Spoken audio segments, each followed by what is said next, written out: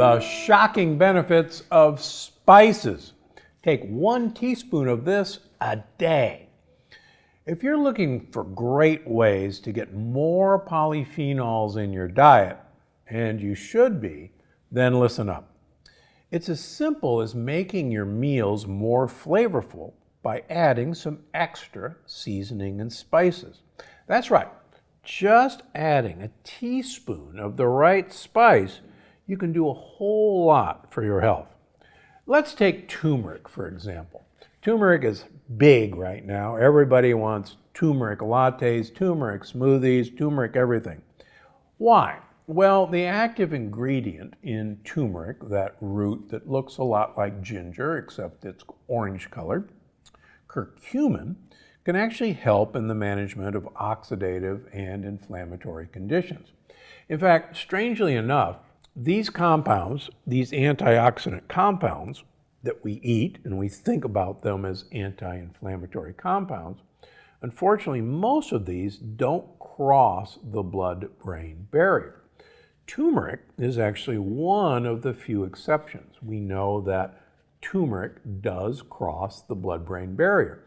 Why is that important? Well, if you like the concept that brain health, dementia, Parkinson's, Alzheimer's is directly related to neuroinflammation, inflammation of our neurons, then turmeric, with its ability to cross the blood-brain barrier, may be a winner and a winning spice.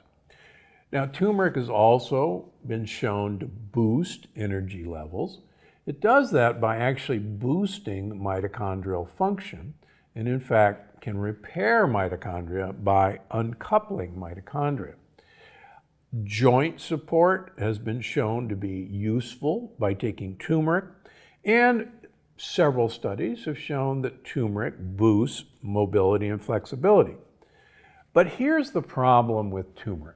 I've seen patients throw big pieces of turmeric in their smoothies, cook with turmeric, but turmeric is incredibly poorly absorbed. Curcumin almost doesn't get absorbed from your intestine. But there's a trick. If you add black pepper to turmeric, there's a component in black pepper called bioperine, and bioperine escorts curcumin across the intestinal wall.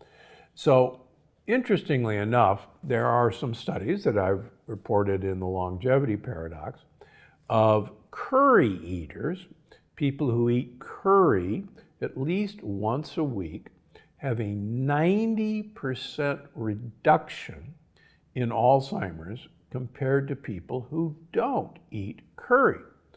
Well, what's with that? Interestingly enough, curry powder contains both turmeric and black pepper. So the turmeric is absorbed with the help of the black pepper. The curcumin gets into your brain and reduces neuroinflammation.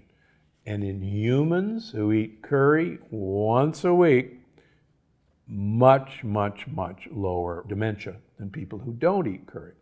Why? Because these spices are really the spice of life, and if nothing else, they're the spice of your brain's life. And I kind of like my brain. How about another one that most people really only think of about once a year, and that's at Easter, and that happens to be cloves. Cloves, interestingly enough, have the highest polyphenol content of any spice. Now, I've written and spoken about polyphenols throughout my career.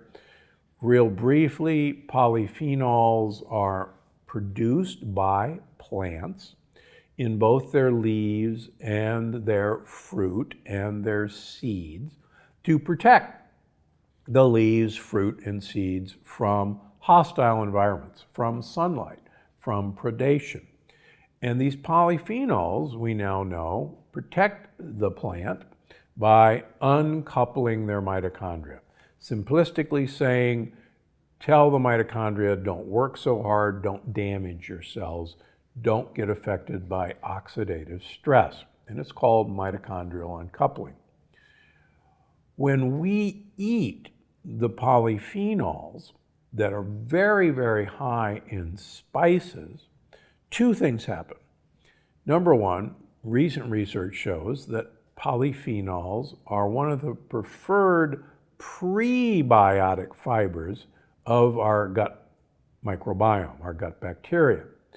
That means the more polyphenols we eat, in this case in spices, the more our gut buddies, the good guys, improve their diversity, improve their lives. The second thing we now know is that polyphenols, like I mentioned, curcumin, are very poorly absorbed.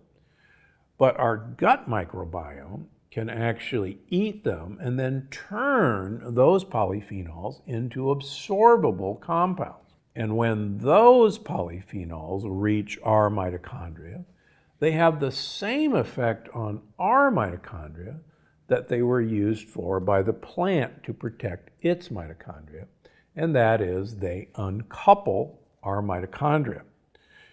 Now, uncoupling mitochondria, if nothing else, actually helps you lose weight.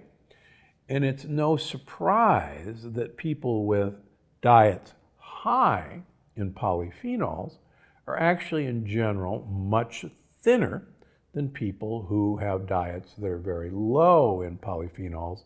And we'll talk about that a little bit further. Now, in terms of spices, cloves are the highest.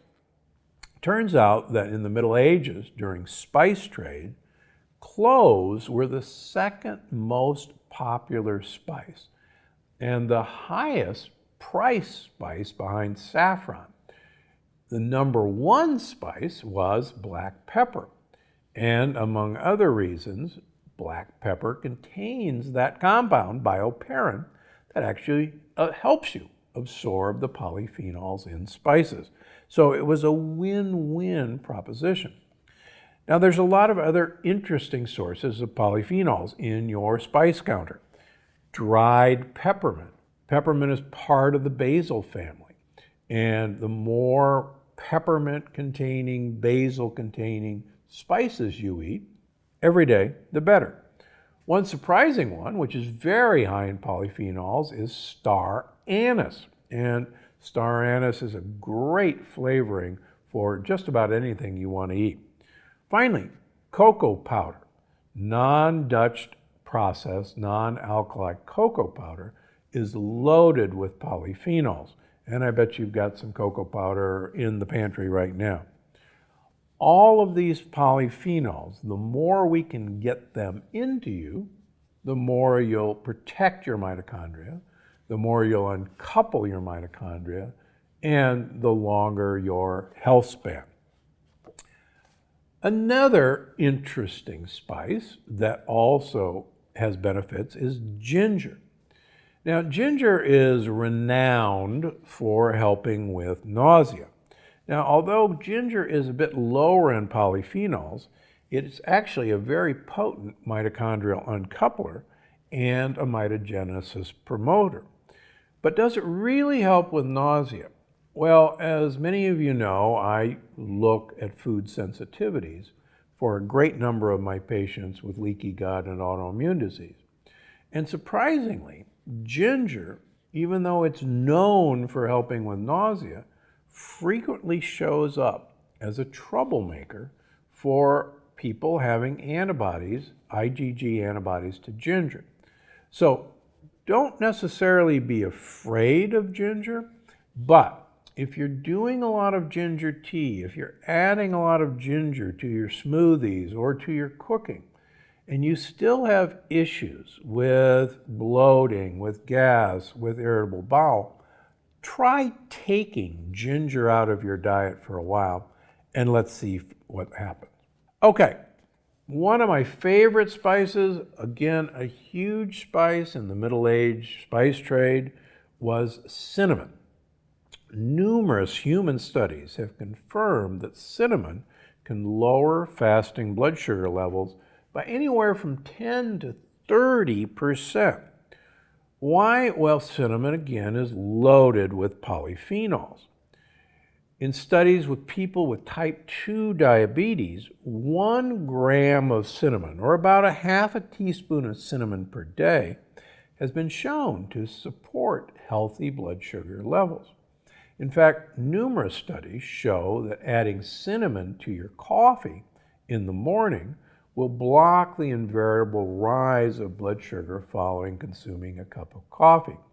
Maybe that's why the Viennese are famous for putting cinnamon in their coffee. And maybe that's why at almost every coffee shop you go into, there is a cinnamon shaker. And don't be afraid of adding cinnamon to your coffee. Why not add a teaspoon of it to your coconut milk latte? Or if you're going to eat starches or carbohydrates, why not sprinkle them with cinnamon? So for instance, if you're going to have a sweet potato, sprinkle it with cinnamon. If you're going to have an in-season crispy pear, like a D'Anjou pear, put cinnamon on it. One of the interesting things about cinnamon is that cinnamon tricks your brain into thinking your food is sweeter than it is. So you'll actually enjoy a lot of your less sweet foods and maybe not eat as much of them by putting cinnamon on your food. So next time you're going to have a sweet potato, do this trick. Sprinkle it with cinnamon. Better yet, get out clove, grind your cloves, sprinkle it with cloves and cinnamon, and see if you don't enjoy it more, and see if you're not satisfied earlier with less food. I think it goes a long way. Just remember, the spice trade of the Middle Ages was a drug trade. People paid exorbitant amount of money for spices, and people risked their lives to get these spices because they were such potent health-promoting drugs. And believe me, what we need right now is not more pharmaceutical drugs. We need health-promoting spices. Last but not least, chili. And no, I'm not talking about red pepper flakes. Remember, red pepper flakes came about because the seeds and the peels were thrown away by traditional cultures before they ate the flesh of a chili or before they ground the flesh of the chili up into chili powder. It was the discharge from traditional cultures that led to chili flakes on your pizza. Just remember, the peel and the seeds have the lectins. So, a lot of traditional cultures use chili in the cooking process. They take the whole chilies, cook with it, then throw the chili away. They get the benefit, the polyphenols, the capsicum from the chili, but not the discharge.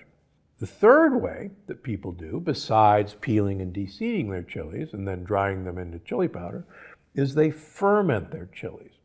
And traditionally, most chili flavorings, most chili sauces were prepared by fermentation. So for instance, Tabasco sauce is fermented chilies. Fermentation breaks down the lectins. So have your chilies, but eat them the right way. Either use them whole to flavor your food, but don't eat them.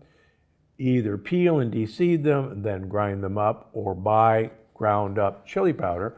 I buy my chili powder, Hatch chili from New Mexico, multiple sources, and use it that way. Or the third way, use a hot sauce that has been traditionally fermented, and you'll be very safe. Now, chili has great benefits. Studies show that the capsicum in chili is a tremendous curb of appetite, and people in general who eat chilies and capsicum or use chili powder way less than people who don't eat chilies. Plus, chili actually has beneficial effects on joint health and, believe it or not, cardiovascular health. And I take a supplement every day with chili powder to help my vascular system. So, however you want to get chilies in, just get them in the right way and you'll see the benefits.